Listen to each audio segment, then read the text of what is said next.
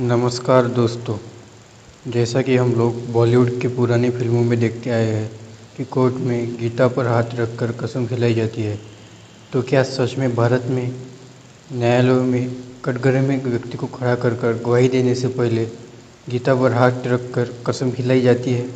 तो आइए जानते हैं इसके पीछे छुपे हुए कारणों की सच्चाई को।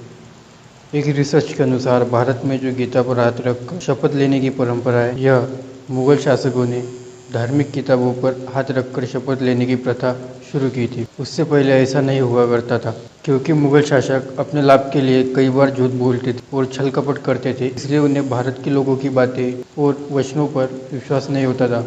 लेकिन वे इस बात पर विश्वास करते थे और जानते थे कि भारत के निवासी अगर अपने धर्म ग्रंथों पर हाथ रखकर यदि कोई शपथ उठा ले तो वो झूठ नहीं बोलेंगे। शायद उन्हें भारत में सत्य वचन के लिए गंगाजल परंपरा का पता हो। मुगलों और उनके शासनकाल तक गीता पर हाथ रखकर शपथ लेने की प्रक्रिया एक दरबारी प्रथा थी। क्यों ये सिस्टम लाया गया, इसके पीछे कोई सटीक उत्तर नहीं है। शायद ऐसा इसलिए होगा कि भगवद गीता जो है वो एक ही है, जबकि रामायण जो है वो लगभग 300 तरह की अन्य भाषाओं से भारत में प्रचलित है। शायद यह एक कारण या कन्फ्यूजन हो सकता है कि किसकी शपथ दिलाई जाए। तो यह तो तय है कि मुगल शासकों के शासनकाल में गीता पर हाथ रखकर शपथ उठाने की प्रक्रिया जो है एक दरबारी प्रथा के रूप में प्रचलित थी, लेकिन ऐसा कोई कानून नहीं था। अंग्रेज़ों ने इसे कानूनी जामा पहनाया। अंग्रेज़ों द्वारा एक कानून इंडियन ओथ्स एक्ट 1873 पास किया गया। इस कानून को सभी अदालतों में लागू कर दिया गया। इस एक्ट के अंतर्गत हिंदू संप्रदाय के लोग गीता पर और मुस्लिम संप्रदाय के लोग कुरान पर हाथ रखकर कसम खाते थे और ईसाइयों के लिए बाइबल सुनिश्चित की गई। यह बात इस एक्ट के तहत आई थी। 1969 में जाकर यह प्रथा समाप्त हो गई। मतलब आमतौर पर वर्तमान समय में किसी भी किताब की शपथ नहीं दिलाई जाती है। अगर आपने फिल्मों में देखा होगा कि एक व्यक्ति कोर्ट के अंदर एक लाल रंग के कपड़े में लपेटी हुई एक किताब को लेकर आता है और दूसरा व्यक्ति उस पर हाथ रखकर कसम खाता है, लेकिन ये अभी खत्म हो चुका है।